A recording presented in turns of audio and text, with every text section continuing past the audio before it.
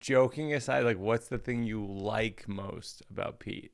That he doesn't have any notes for me, and then I have a level of freedom that I can have not had with other relationships. Oh, interesting. What were the notes you got in other relationships? Well, before him, I was with a guy that was like extremely jealous, like, alarmingly jealous. Interesting. Like, what? How would that manifest? Like he put spyware on my phone. Is that enough manifesting for you? You were kind enough to be an unannounced special guest at the filming of my special at the Beacon, and you crushed, and it was so funny. And you were talking about your doctor saying inappropriate things on stage, and then you told a story, but I wasn't backstage, but one of our producers, Mabel, was like, "Don't tell Mike that. Wait until the podcast. Will you tell me the story that you told?" Okay.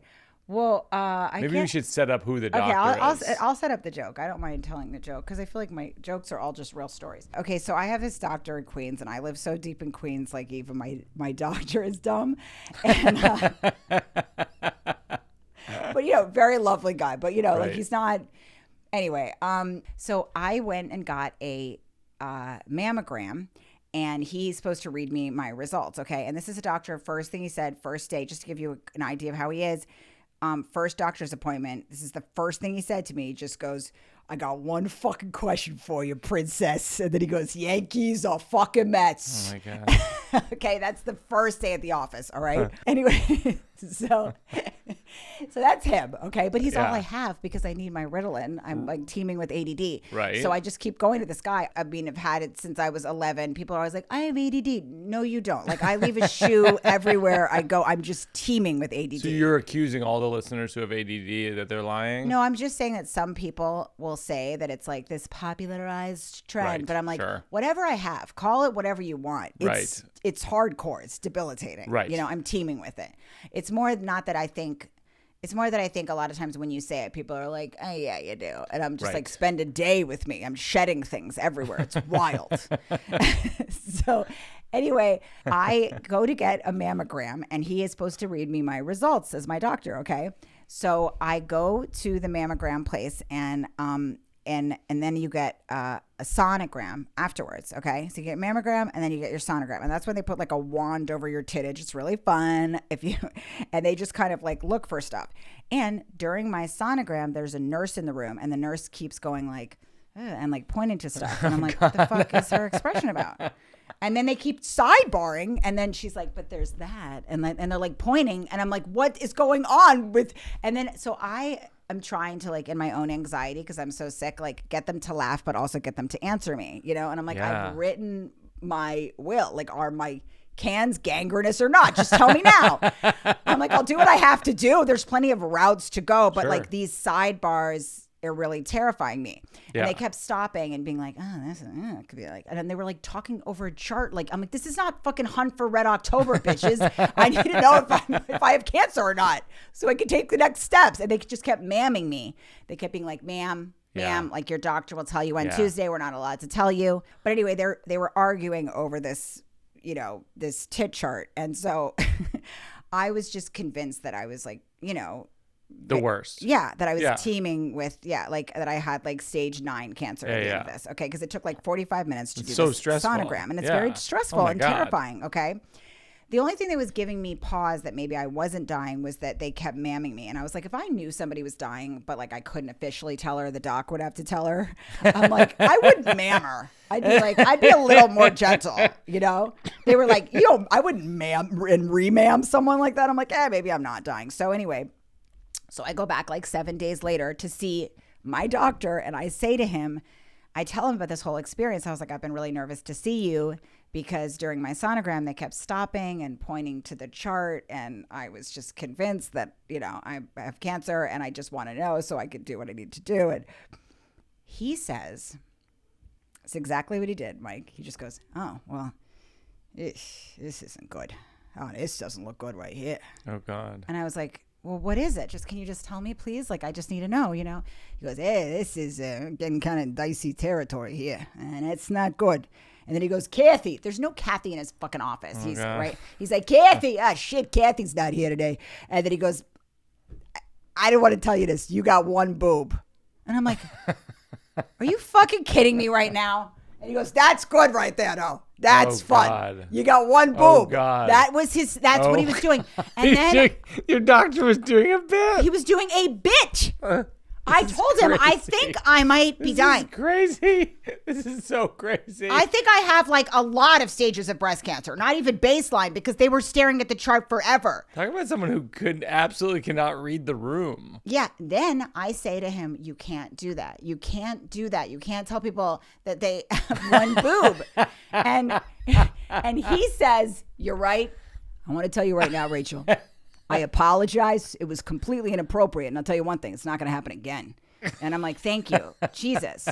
And he goes, but let's see what they actually say here. Let's see. And then he goes, oh, yikes. And he's like, hey, no, this is actually a thing. This is a thing, and we should probably talk about it. And I go, what? And he goes, you have 3 tits now. This fucking moron. This is crazy. This is crazy. You have 3. He's like, now you got 3 boobs. Jesus Christ. This is horrible. I know. This is like a nightmare. Like, and then he says, I have 3. Nightmare. And I'm like, you can't do that. He goes, all right, Jesus, thought you were a comedian. Nobody could say. And then he started to blame woke culture. This has nothing to do with being woke. He's like, I guess these days, you never know. He's there. Apparently, it's like it's like a Monty Python sketch. I can't believe I can't believe that it's real. Hanging out with you because it was Mabel and Gary and who work on the podcast and Ryan Hamilton came that night. That was so the loveliest funny. thing. Ryan Hamilton is the funniest comic ever, and he just bought a ticket. Mike would have, of course, put him on the list. Yeah, that was the sweetest thing ever. And then I invited him to come open up the next night, and so he did the next night. That was so cool. I mean, he's such a funny, he's just a wildly funny person. And it was a great example of something I talk about on this podcast all the time, which is like some of my favorite people, like you, are comedians where everything you say kind of could be a bit, and you I feel like you need to surround yourself with the most amount of people who point out, actually, that could be a bit. That could be a bit. Because Ryan was like that, and I was like that. Like, who were those people in your life? You guys were really helpful. Yeah, you like told me things I should talk about. I don't think I'm surrounded by enough people like that, because like my husband's doesn't think like that, you know. But I do think that, and I do think that I put myself in the middle of, I move into the most ludicrous situations. Mm-hmm. So I'm not really around comedians as much as I would like to be, because I feel like now I'm in this weird neighborhood. It's all like cops and foidas in the middle of Queens. And parents and a bunch and they're not of So I'm kind of in this strange insular world. It's like, it's like if you go into my neighborhood, you pass like, like. It's like one of those, it's like an Irish bar with like Rudy Giuliani in the window or something. And then like, Our Lady. Oh my God. And then like Our Lady of Perpetual Suffering Church. It's just not my people. It's like a Mets memorabilia shop next to like a commemorative coin store. Like that's where I live. I live inside of a commemorative freedom coin store basically at this point. Yeah. That's gotta be strange, because you're like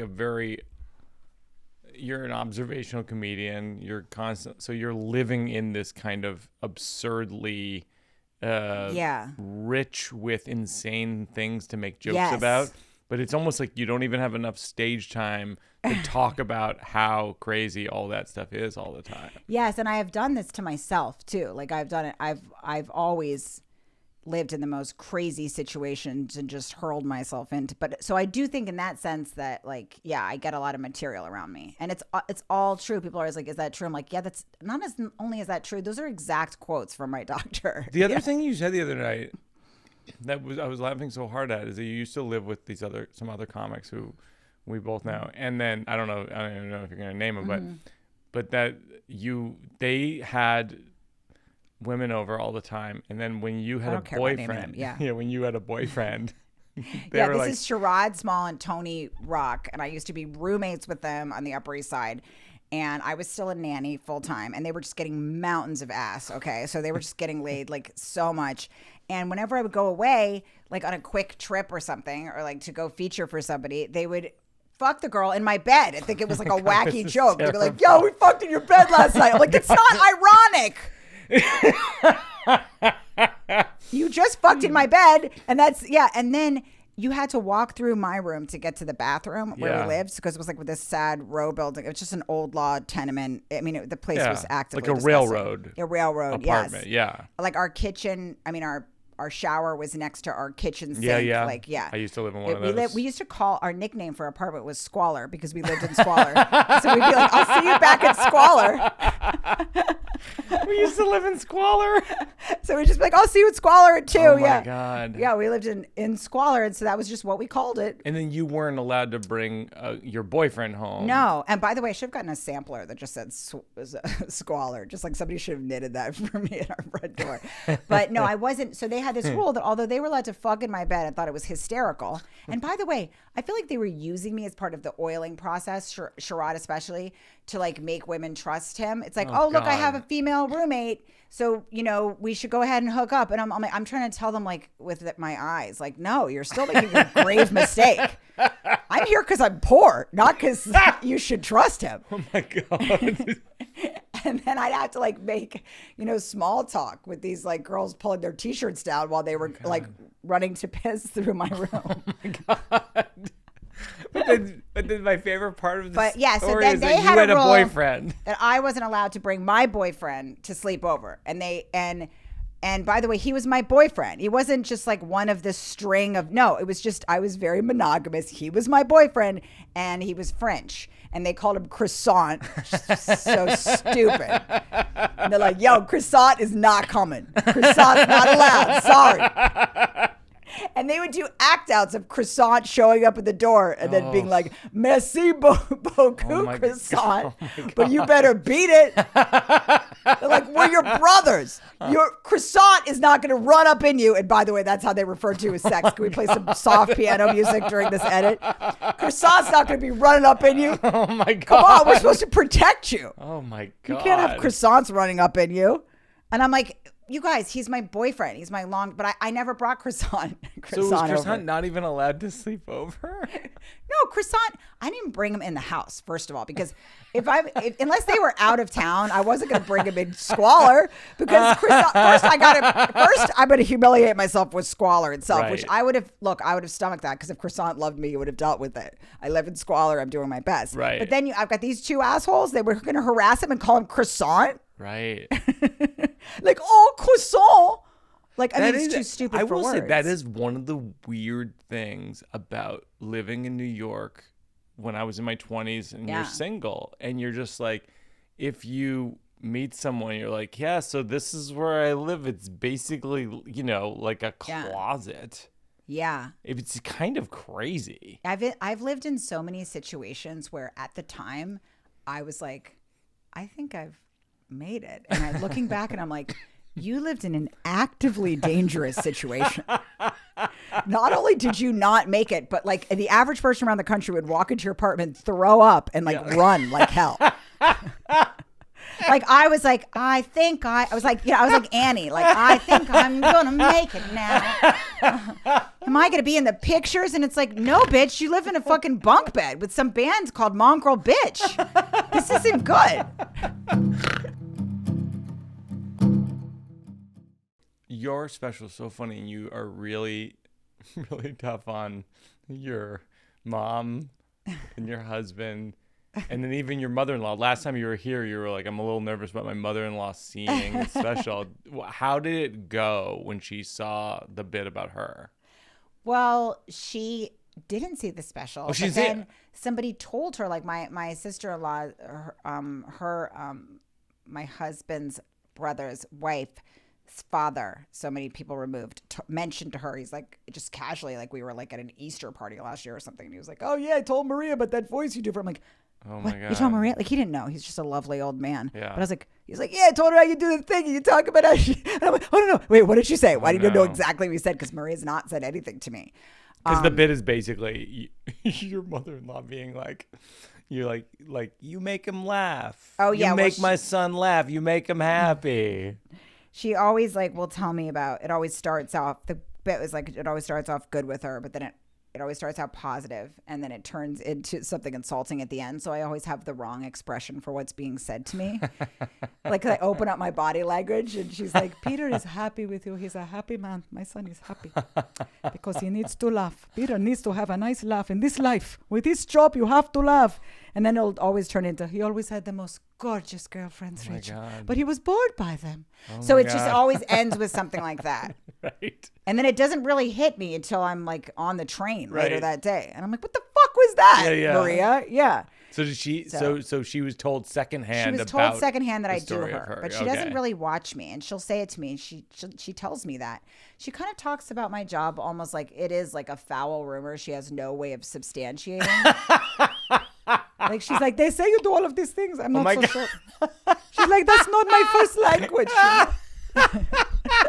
And I'm like, you can turn on Netflix. She's like, I don't know. They say you're always saying all of these things. They say you're saying these things. I have no way of knowing.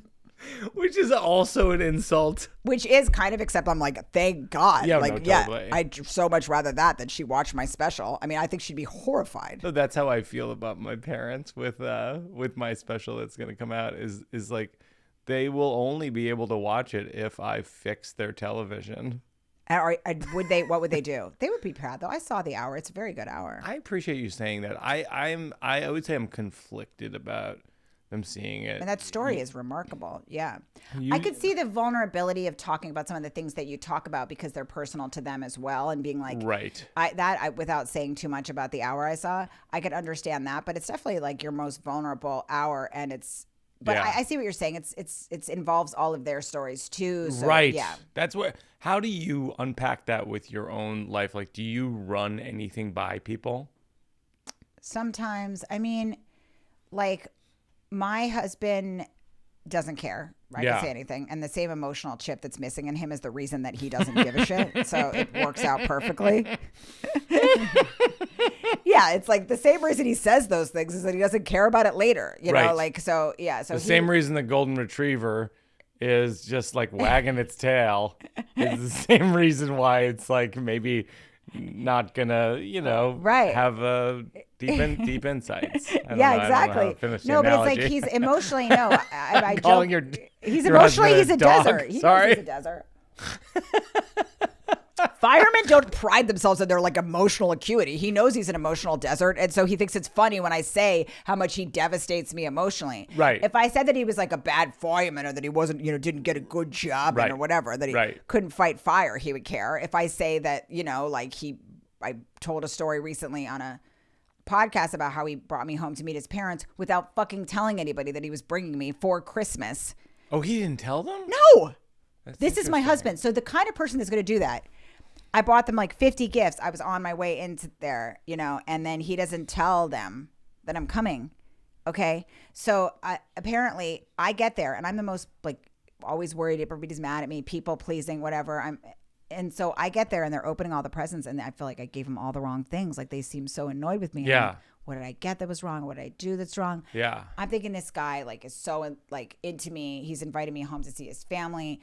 He told them apparently they were looking at me like that while they were opening the presents because they were fucking livid at Pete because he told them 5 minutes before he was at the house bringing a girl. Wow. And so they were like furious, So I'm saying like, if you're going to do that, and now I talk to this agent, he's like, eh. And I'm like, but right. But why did you do that? And he's like, and he'll literally use a phrase that has nothing to do with the story. It doesn't align with his point because he has none and no way to defend himself. Yeah. He'd be like, it all comes out in the wash. Or like, I'm like, no, you can't apply that here. There's no wash. There's bringing your girlfriend home for Christmas without telling your parents, you wild asshole. You can't be like, you could lead a horse to water.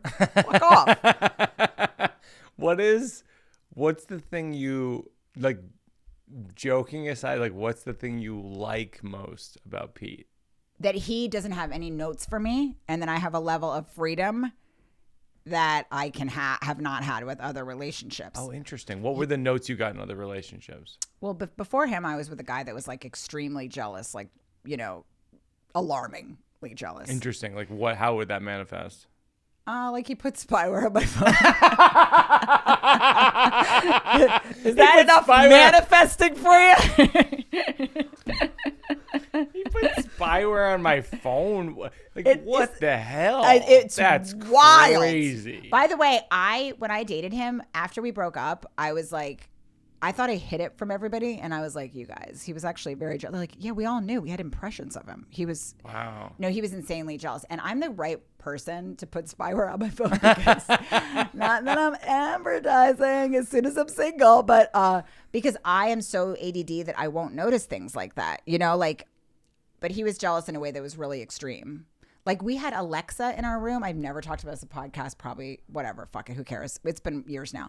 But we had an Alexa in our room, and I would tell these stories on the phone in my room. And then later on, he would ask me, he'd be like, oh, I know so-and-so has a crush on you. Oh, and I'm like, why would you know that? Why would that get around? My friend told me, a mutual friend of ours told me that this writer thought I was cute, which is not a story. I'm sorry, that's not a story that gets around. It's not, nothing happens in that story. Nothing occurs. Nobody blew anybody. Nothing occurs. Right. So he was like, oh yeah, it gets around at that. I'm like, so I was flattered. She was just forwarding a compliment and nothing else, right. And he's like, yeah, I heard through the old grapevine. I'm like, no, it's not a good tale. Who would pass that from one writer's room to the next? There's it no sucks. Nothing happens. Yeah. So I was like, but I never figured that out. I'm like, how does he know that? It's so strange. And then later on, I was telling this story to a friend of mine who's a little more tech savvy. And he's like, do you have an Alexa in your room by any chance? And I was like, yeah, we do. And he's like, you could set that the other way where they can listen to you. This is crazy. I didn't expect to be telling this. So he went into the Alexa and was basically just listening back to what happened earlier? I don't know all the ways that, and I can't prove that is how he knew all these things. I don't know for sure. Yeah. But he would know a lot of, including things like my location sometimes, so and he didn't have Find My iPhone on my iPhone. So, and he would know things like, oh, I heard so-and-so I was working on a pilot, stop by the, office today. And I'm just like, how would he know that? Well, the only way he would know that is that I was talking on the phone about it. You know what I'm saying? That's so strange. So it's really crazy. Yeah. So what a bizarre relationship to be in. It was. And he was very, I don't want to say anything too specific, but I'll just say this. I remember one time coming home and he was sitting by a lamp with like a cab receipt that he'd found. Yeah. And I was like, oh boy, I think I might have to do some fleeing soon. If you're tracking. And he was like, it just doesn't add up with you. That was kind of his note with me. And he was right. Nothing adds up with me. I'm like a quaking mess. I always have littering things everywhere. But that doesn't mean that I'm cheating. I've never cheated on anybody. I'm not like that. But so I went from that. So I was just and it wasn't working because for all the obvious reasons that it was an active disaster. But it was also just I wasn't able to do my job because he was just always thinking I was just blowing everyone. Oh my God. What a nightmare. I laugh about it now because it's so many years later, but it's also so funny when a guy jumps to blowing somebody because it's no, I wasn't blowing them. I was in a writer's meeting. It's just so funny because it's a guy that really is so jealous that he thinks that everyday works like a porn. You're do you even know me? It was 3 months before we slept together. No, I didn't blow somebody at CVS. Come on, man. People don't just get suddenly blown like that in life. What world are you living in? That was the silliest part about it. Is he'd be like, oh, I know you. I'm like, I didn't blow you. It took forever. Yeah, if I was a brisk blower, maybe you can cut all of this. But anyway, I'm not. I'm a very monogamous person. You mean the best part of the interview? I'm just saying, maybe it's too filthy. But I'm saying I'm very monogamous. So in what world am I just going rogue and blowing people throughout my day? It's ridiculous. It's absurd. What a weird quality in a person to be that jealous, though. It was really crazy. But the thing is, it's this happened slowly over time. It's not like I met him and that was obvious. Of course, he said beautiful things to me and everything I would love for my husband to hear. So it was intoxicating for a while, I heard every compliment that I could have written for my husband that and I think that that's probably why I zoomed past because I kept overcorrecting because the guy before that he really didn't accept my job, right? And so, and like I had such a good time in that relationship, and he was, stable except for this very important thing, which was that he didn't accept my job.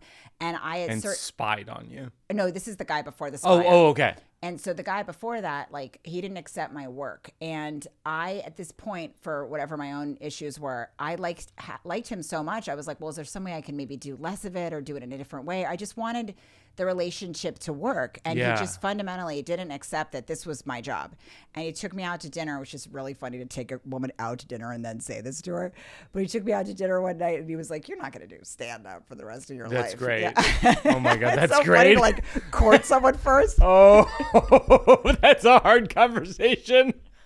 He didn't take me out to dinner very often. One time he asked for anal at dinner. I'm like, is that why we're going to dinner? Because you could ask for anal. And the other time was to tell me not to work again? To stop following my dreams? Ridiculous. Hey, you're not going to do stand-up comedy. Like, we've been out for salmon twice. One's for anal and the other one is for me to get a fucking lobotomy, basically. Yeah, can a bitch have some fucking caviar with asking you to quit her job? Fucking cunts. So, that is, someone asking you to stop doing your job is so and to say wild. It that way, too, that way. Like, he's like, you're not gonna, it's almost better like, hey, do you want to quit your job? I'll support it. It's so much more, it's kind of nice, but just, you're not gonna do what you love for the rest of your life, right? Sugar tits, you can move back with me. Yeah, he just sort of kind of. Did you date anyone worse than this? I dated. I've run through every red flag. I mean, the common denominator, all of this is obviously a mama. Yeah, I do this. I choose people that are like more extreme. But yeah, so I think after that situation, I overcorrected going to the next guy who seemed to not just accept me, but just think I was obsessed, fucking with fantastic. Yeah, which of course had nothing to do with me either. Wow. And then I went from that to Pete, which is like. He's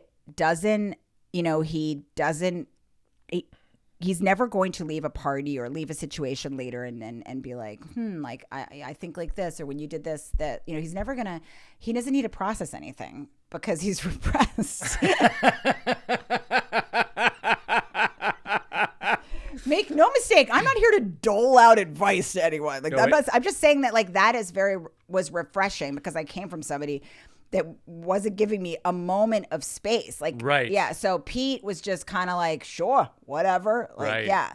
And he was very, he wasn't controlling. He didn't care about my job. He didn't give a shit if I was working on Christmas because he was working on Christmas. You know what I mean? And he didn't think I was blowing anyone. That's for sure. I think I relate to what you're saying because Jenny's a poet. Yeah. And I have a joke in the special. Jenny's a poet. I'm a comedian. Together we're a sculptor.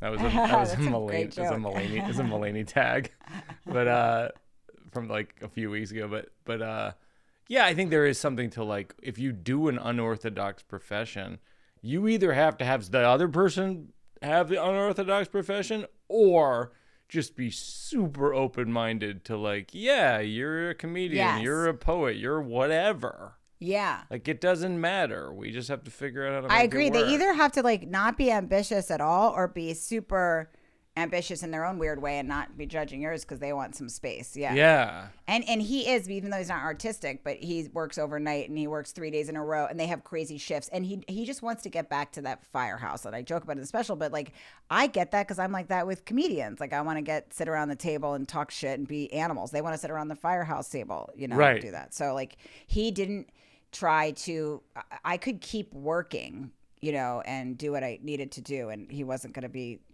accusing me of whatever, whoring all the time.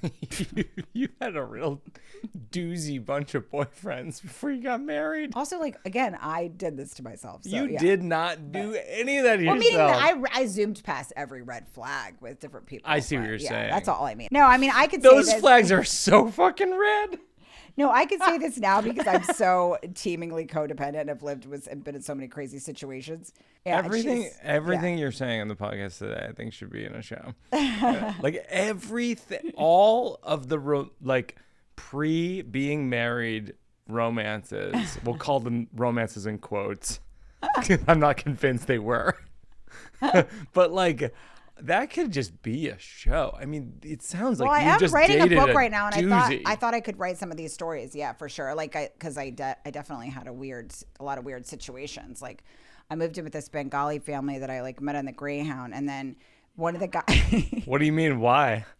Why'd you move in with them? Well, because I needed a place to live because I had just been dumped by this other guy. This is when I was like 17, and the Bengali lady was like, "Come live with me and my family," and what are you talking about? Who meets someone on a bus and just says, "Come live with me and my family"? She was like, "Come live with my family." She's like, "We'll have a good life. I remember she said, "We'll take a marmalade." I always remember she's like, "We'll take a marmalade in the mornings," and I was like, "I want to take a marmalade in the mornings."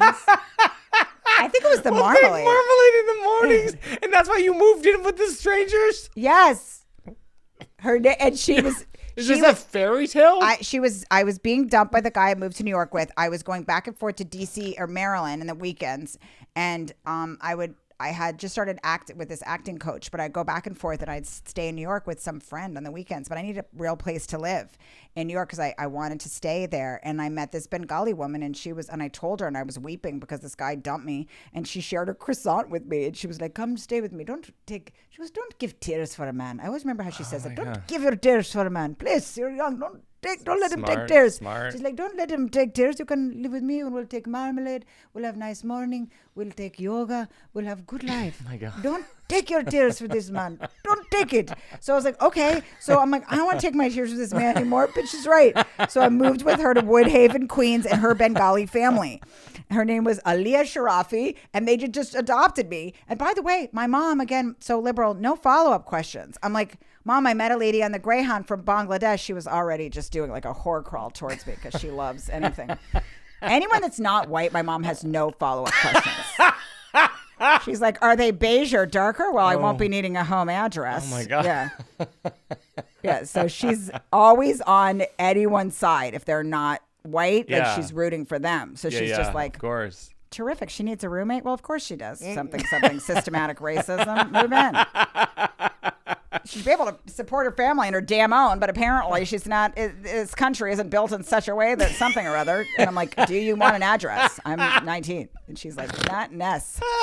So then I moved in with the Bengalis, and then I like just lived with this Bengali family, and I didn't have any friends in New York because I never went to college. And so my that was my whole social scene and they taught me how to wear a sari and I would wear the saris and go to their parties and hang out. And I can't remember what my point was hold on. I want to zoom out and just say and maybe this is the theme that runs through the whole thing if this becomes a show, is like, you're extraordinarily trusting and actually at your own peril. Yes. Right? So it's like you meet the family on the Greyhound. You're like, "Yeah, I'll live with you. Sure." Mm-hmm. And then you're like, you have this insanely possessive boyfriend who's like using spyware on you and then like quoting back things Alexa said. And you're still with that person for some amount of time. Like you're with like a bizarre group of people in a row. Yeah. There's a lot to unpack there. Well, I was deeply codependent. Like, take all that, all jokes aside, even though this is all true. But I was just like, didn't think that I could sort of, I felt like it was this dirty little soiled exchange we were having. I would deal with their insane shit. Yeah. If they would then, I would deal with their stuff if they wouldn't get mad at me because I just lost my passport for the 4th time this week. Like, oh my God. So like, and they would fill out a form for me or help me. I always felt like I was on the brink of being homelish because I was just losing everything. And like real wild. Right. And so these kind of organized men I would allow to take advantage of me. And then I'd be like, "Listen, I'm not going to get too worked up about all this spyware on my phone." But of course, if you could just help me get my passport. And I also thought when I was in my early 20s, and my birth certificate and my social security card. Because sometimes I would be leaving them, and then I would leave something. Then I'd be like, "I lost my passport." Oh my God. Okay, this is a slow round. What is something you believed 10 years ago that you don't believe now? Yeah, I mean, I think a lot of it was just believing that I could explain things to people, that I could point out some family dynamic to them that would make them wake up and see why they should trust me. Yeah, so I kind of learned a little bit more to like you know, like I learned to not believe that you can, you know, teach anybody anything and just, like focus on yourself and all your own nonsense. There's plenty. So I think I started to learn that a little more. That is very wise. It's kind of messy, but it's true. What was the time you were caught in a lie? This is so embarrassing, you guys. I've made myself look so crazy on this podcast, but no, we're here for it. Keep in mind, again, I was much younger, okay? But I was out on a date with this guy, and I feel like, did we talk about this? Okay, I was on a date with this guy, and I was like maybe 25, 26, and I did one of the craziest things I've ever done. I changed on the date. Okay. So I was like, pretended to spill wine on myself, and then because I wanted him to see me in the other dress, and I was like really hammered. You wanted him to see you in the other dress? Okay, keep in mind, I'm really drunk. Okay, I was like pretty young. Okay, because I think every comment is just gonna be like, this bitch is crazier than a shithouse rat. But I oftentimes would put a second dress or top in my bag, and I'd be like, "Ooh, if the night takes a different turn, maybe I'll be this version of myself." Like, why? There's no need. Okay, so I have one now. I always have a second outfit just in case, like I'm gonna have to flee. Oh yeah, but I knew that. I have spyware. So anyway, so I was like, oh, and I was like, oh, I'll bring this other red dress. I couldn't decide. And I think in my mind, I thought like, oh, I'll change in the cab or something. I don't know what I was thinking. And then I kind of went out on this date, and I'm a little drunk, and I'm really wishing that I wore the red dress. So I was like, I'll just pretend I spilled something on myself and go change into it. And he can see, then he'll really like me because he'll see me in the red dress. And I did. And I went to the bathroom, and I came back, and he was like, you did all of that on purpose. Oh my God. Which also kudos to him, because how would he even have guessed that? It's right. So deranged.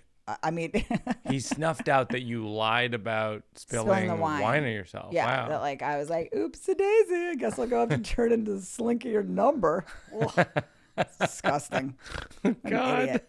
Yeah, so I was caught red-handed. Who are you jealous of? God, no. I'm just kidding. I don't know. Who am I jealous of? Who am I jealous of? Just women with really good skin, because I have really bad skin. I think we were talking about how I'm really humiliated to say that, because you were asking me about what I search on Instagram, and I was like, I just search the dumbest twat stuff to church. I just search like Meghan Markle's skincare or something like that. It's so dumb. What a hole. That's what we were talking about with Ryan Hamilton the other night. Is a new slow round question should be what is in your algorithm? What videos get served to you on Instagram and TikTok? Yeah, because they're so embarrassing. They are so embarrassing. Yeah. And mine is usually about like skin and stuff, because I always know you notice what you're insecure about, and I've always had really bad skin. That's interesting. You know? So I'm always looking up like skin, or just like, you know, my worst fear is always being on a hike or something like that with somebody that like for a first date. Obviously this is not going to happen anymore, but just because I'm not somebody that can just be like, oh, I'm just on a dewy hike. No, I'm going to be like red and gangrenous. I always had bad acne. I had the kind of acne in high school, like you needed like, I needed to be hospitalized. So my acne was jacked. So I look up people with nice skin. I get that. My algorithm is, the reason I think I look at the royal family a lot is because, like, the whole Meghan Markle and her nonsense aside, is because Prince Harry, I'm like, why do I look at this? Why do I look at them so much? I think it's because he's very, like, protective over her in this just, like, way that's, like, yeah, like, guys aren't really like that with me. Like, nobody's, like, put their hand on my lower back and, like, led me through a room. So I think that's my algorithm, just men putting their hands on women's lower backs. A guy's always like, you good to get there? And I'm like, no, it's my fucking wedding. I'm not good to get there. You good to get there? Yeah, people are always like, you can get there, right? Yeah, it's my husband in nutshell. Like, you can make it over, huh? Yeah, so I always look at like some celebrity guy at a Knicks game that kind of like helps their wife through the stand. Like you're never hear that quote about me. They're never gonna be like, her husband's very protective over her, because he's not. Yeah. All right, this is the material section. This is I'm not gonna say exactly who sent me this email the other day, but it's I was asked to do a role in a movie. A small independent film. It's not a big deal, and I'm not going to do it. But but I thought this should be a bit, but I don't know exactly what to do with it, which is I got a letter from the director of this small independent film, and it says, Mr. Birbiglia, I'll get right to it. My name is blah, blah, blah. I'm directing and producing a new feature called blah, blah, blah. There's a role that only one man can play, Steve. I truly believe that man is you. And then the description of the movie is when a 40-something wild child splits from her punk rock boyfriend, she gets over it the only way she knows how, by seducing a mediocre dad bod cuck of a husband whose wife happens to be her best friend. Oh my God. So I'm like, wait, which role? Wait, I'm sorry. Which role did you want me to? Am I the punk rock boyfriend, or am I the mediocre dad bod cuck of a husband? Cuck of a husband is outrageous. What did you say to him? First of all, Did you trash him? sexist. It's a woman. Sorry. Women direct too, Rachel. No, they don't. Thank They you. can't. Their brains are too small. They're just holes. Oh my God. It's no possible. It's no possible. How could a woman do it? She'd still have to be a woman at the same time. It'd be completely impossible. You're not still going to do comedy anymore, are you, Rachel? No, I suppose not. I'll just stay home and stir an empty bowl like God and Jesus made me to. I could always watch the clock go round and round till you come home. I suppose that's what I'll do. You know what I'll do? I'll break the buttons off your shirts and then sew them back on again. Then I'll have purpose. Sorry. I'll break the buttons of your shirt and sew them back on again. And I'll have purpose. And I won't be so perfectly pointless. Oh my God. I want to go to the lobotomy factory. Oh. That'd be funny if there's a man that just kept sending his wife back to the lobotomy factory whenever she was in trouble. I don't want to go today. I was good. I didn't have no opinions or nothing. Oh my God. All right. Mediocre dad bod cuck of a husband. Yeah, so I said no to that. But I'll show you. I'll send you a caricature of me that's gonna make you feel better. So, you know when somebody does those caricature drawings? Yeah, sure. I look like Sam Kinison. It's fucking I devastating. look like Sam Kinison. Those have devastated me many a time. Oh yeah. Yeah. No, whenever there's one of me around. Whenever they do the caricatures, it's always the big nose and the big ears, and it's not good. You know, it's don't always have a the big nose or huge big belly. ears. You know, it's just like, we don't have to do this. But, I know they're painful. But I guess. Yes, I get what you mean, but also, like, yeah. So that the other, and I thought maybe I would do that as a bit, like the person asking me. You have to. I should, fucking right? Hysterical. It's great, right? It's hilarious. Well, because it's crazy how this woman directing this movie thinks that that's gonna hook me. It's so funny. This you have to do is it. You. Like somebody and then once, the most insulting, and the most four insulting words thing you could ever hear. Because the way that even my daughter, I showed this to my daughter, and even she was like, no, if you want it, she's 10 years old. She's like, no, if you want someone to do a part in a movie, they should have said, we want someone who's funny and fun. Just say she's somebody who's really funny. Yeah. You're going to play this ridiculous Just character. lie. Yeah. And then we'll all know that I'm dad bod cuck. I mean, that's ridiculous. But that's not, it's deranged. It's deranged. It's deranged, yeah. If it makes you feel better, somebody told me, I was doing this roast of Bert Kreischer, and this comic who's really funny, Zach Amico, I'm happy to say his name because he wrote this, and it's hilarious and devastating at the same time. But he was like, he's like, oh, if you want to hear any of the jokes about you before the roast. And I was like, sure, lay it on me. I was like weeping, I swear to God. And then he goes, oh, this one's kind of fun. We call you the dog that saved Hanukkah. Still devastates me. I still see the dog that saved Hanukkah when I look in the fucking mirror. And you know what hurts so bad is that I want to read that book. I want to know about his adventures. The dog that saved Holly. I don't even know why it's funny, but it's so just like specific and bizarre. It was. He was like, "Oh, Rachel's writing a storybook about her own life." That's what it was. Rachel's writing a children's book now that she's a mom about her own life, and the book's called "The Dog That Saved Hanukkah." I called up every friend and I was like, "Am I the dog that saved Hanukkah? I need you to tell me the truth." Because I'm like, what if all this time I've just been putting lipstick on a pig, like, and I didn't realize that everybody else saw me as the dog that saved Hanukkah. Do you have any half bits you're working on? Anything sort of like let me do setups, premises? Let me see here. This is such a half-baked thing. I started to talk a little bit more about like stuff like that notes that I get home from preschool. One of them was we had a meeting with our preschool. It's just very funny because you have to have these meetings and they tell you about your kid, but it's fucking preschool. You know? Yeah. So it's like the few things that were said to me in the meeting. One of them was because I bring her late a few days a week. I'm always like coming in wild and leaving the fucking. I'm always leaving like a USB cord there or something, you know?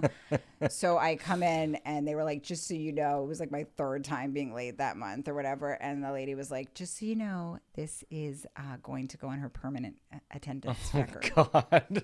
And I had to look like I was just devastated.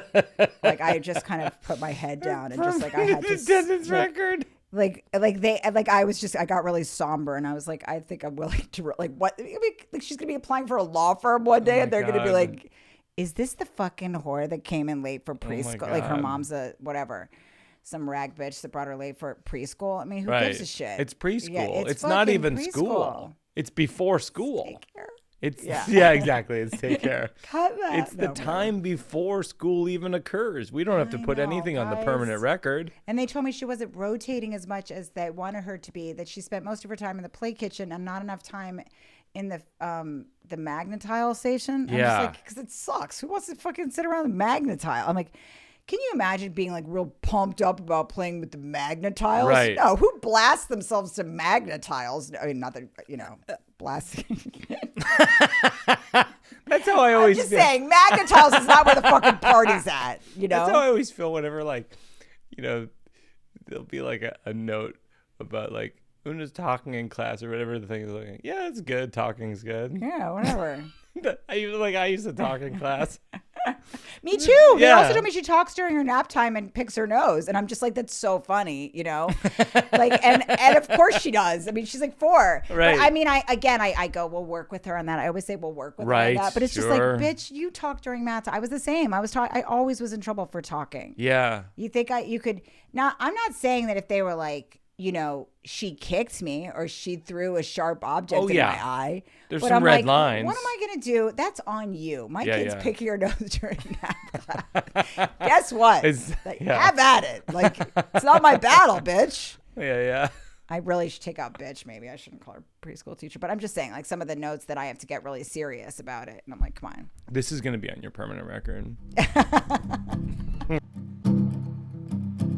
The last thing we do is working out for a cause. Is there a nonprofit that you like to contribute to, that we will contribute to and link to in the show notes? Yes, actually, I'm going to do a big benefit soon because it's called Friends of Firefighters, and they give free mental health services to firefighters and their whole families. A lot of firefighters don't want to get therapy through their job for all kinds of different reasons of feeling stigmatized, and they need it. They see a lot of crazy stuff on the job, and and the families are like carrying all this too. So I'm so worried about this situation, but I'm gonna post more about it on my main page. But Friends of Firefighters, follow them.